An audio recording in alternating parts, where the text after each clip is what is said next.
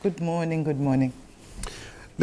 What should we be honest about? You talk about being honest when it comes to sexual relations and HIV. We should be honest about our status, first of all. We should be honest when we speak to our kids and our teenagers about sex and HIV. We should be honest to our partners. We should be honest by living positively when we're living with HIV.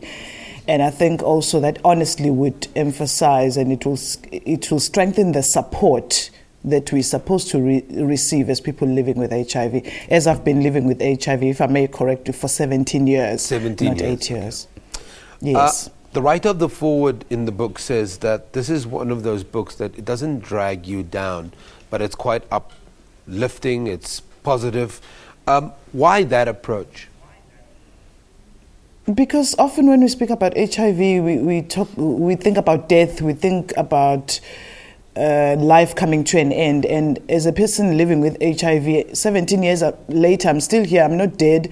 So I should celebrate that. I should thank God for that. And I should be able to support other people who are not feeling like I do, who are stigmatized.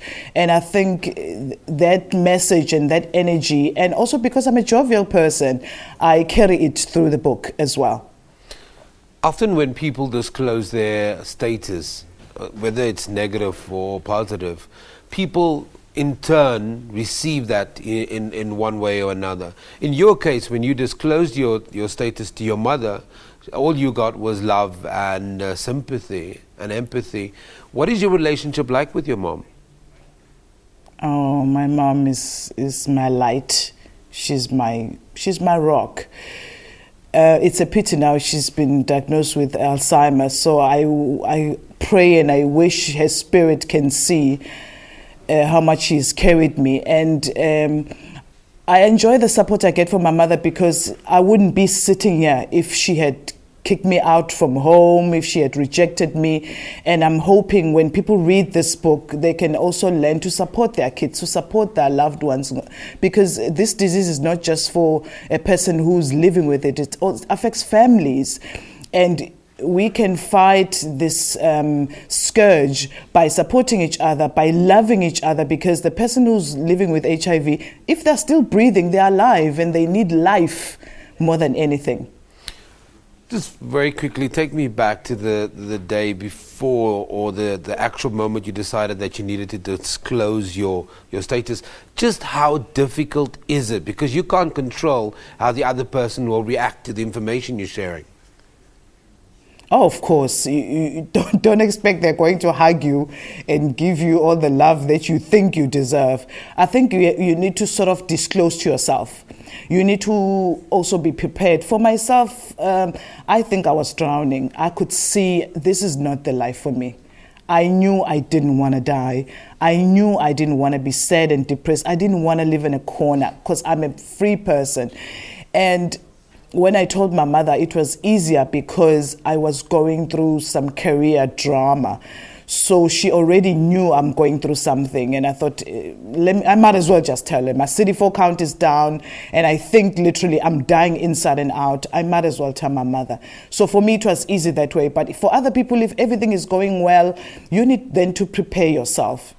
And don't expect a guarantee that people are going to love you. You need to be able to say to yourself, even if they reject me, I'm still me. I still love me. So you need to disclose to yourself and deal with the good and the bad that will come in, and have a reason why you want to disclose. You can't just disclose for the sake of disclosing.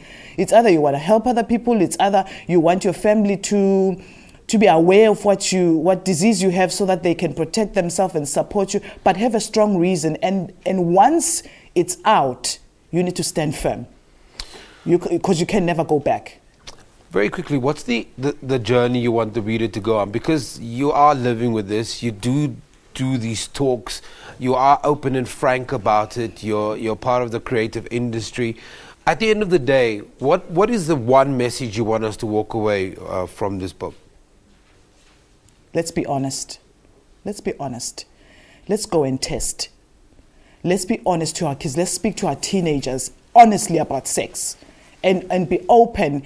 And when we go into relationship with our partners, let's disclose our status. And if you're scared to disclose your status, educate your partner and end up disclosing, and let's test together. Christa, let's go and test together, hand in hand. Thank you very much. The book is called Getting Dirty. Sex is Great, but Let's Be Honest. That's Christa Biyela, who talks throughout KZN, but she's also an active member of the Provincial Creative Society. And of course, she's talking to us this morning about this amazing book. Go and get it. I guarantee you it'll spark a debate. We take an ad break. We're back after this.